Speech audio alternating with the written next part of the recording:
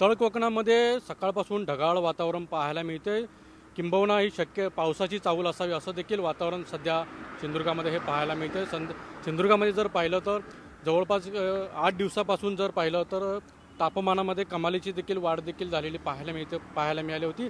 जवळपास 38 ते 36 अंश डिग्रीचे एवढं तापमान जे आहे ते मात्र सिंधुदुर्गामध्ये होतं। त्यामुळे सध्या ही पावसाची चाहूल आहे ती मात्र पाहायला मिळते। आपण जर पाहिलं तर इथं ढगांमध्ये जर वरती पाहिलं तर ढग भरून आलेले पाहायला मिळतं आणि याचं चाहूल जे आहे ते मात्र तळ कोकणामध्ये पावसाची लागलेली पाहायला मिळतं।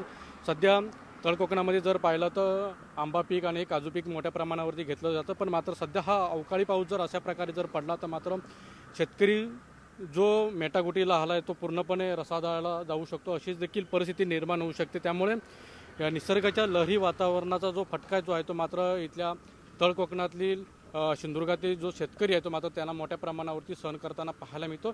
आणि सध्या सिंधुदुर्गामध्ये तापमान हे जे प्रचंड प्रमाणात वाढते आणि त्यामुळे जे नागरिक आहेत, जे प्रवासी आहेत ते मात्र जे शीतपेय आहे त्याकडे मात्र मोठ्या प्रमाणाकडे वळताना देखील पाहायला मिळते। त्यामुळे सिंधुदुर्गात आजचा दिवस जर ढगाळ वातावरण असल्यामुळे सिंधुदुर्गात पावसाची शक्यता आहे ती मात्र वर्तवली जात आहे।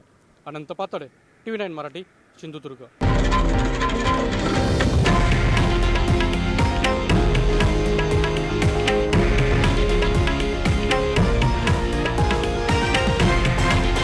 हे आहे देशातील नंबर 1 न्यूज नेटवर्क आणि आपण पाहत आहात TV9 मराठी, एकमेव।